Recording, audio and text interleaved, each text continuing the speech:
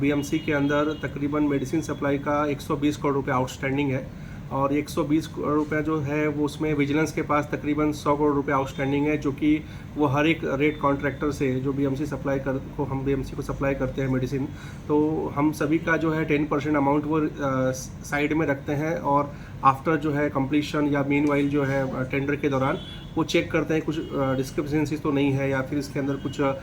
Papers तो कम नहीं है, वो चेक करते हैं और उसके बाद फिर वो हमारे पैसे रिलीज़ करते हैं, ऐसा रूल है। लेकिन अब उन्होंने वो पैसे भी पिछले 4 सालों से हमारे पेंडिंग है और हमारे सभी मेंबर का मिला के 100 करोड़ के आसपास अमाउंट विजिलेंस के पास पेंडिंग है और तकरीबन 20 करोड़ रुपए के आसपास हमारे जो रेगुलर सप्लाईज हॉस्पिटल्स में हो रही है, जैसे कि सायन, केएम, नायर या और इसके जो पेरिफेरल्स हॉस्पिटल्स हैं बीएमसी के, वहाँ सभी सप्लायरों ने सप्लाई किया हुआ है, उसका करीबन 20 करोड़ रुपए आउटस्टैंडिंग है। तो ये पैसे पिछले 6 महीने से वो नहीं दे रहे हैं। उसका मेन कारण वो बताते हैं कि अकाउंट डिपार्टमेंट में गया है फाइल और उसके बाद फिर कुछ स्क्रूटनिंग हो रही है, तमाम रीजन देते हैं, लेकिन उनके पास कोई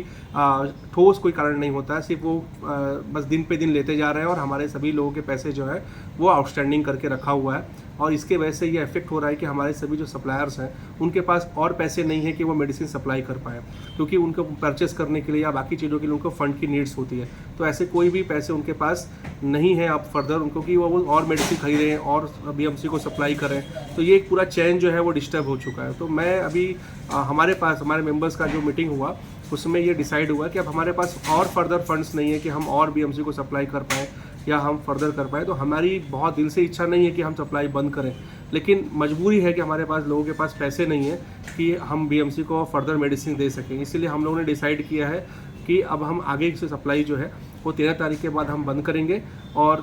अगर जब उसके पहले अगर बीएमसी हमारे पैसे रिलीज़ करने के लिए स्टार्ट कर देती है या हमें कुछ स्ट्रॉन्ग जो चीज़ें हैं आश्वासन मिल जाता है और हमें लगता है कि यस हमारी बात जो है सुनी गई और हमारे पैसे रिलीज़ होना स्टार्ट हुआ है, तो हम डेफिनेटली अपना जो है सप्लाई जो है वो रिज्यूम जो है वापस से कर देंगे। लेकिन हमें एक कंफर्मेशन चाहिए बीएमसी से कि वो हमारे पैसे कब और कैसे लौटाएगी। एबीपी माझा, उघडा डोळे बघा नीट।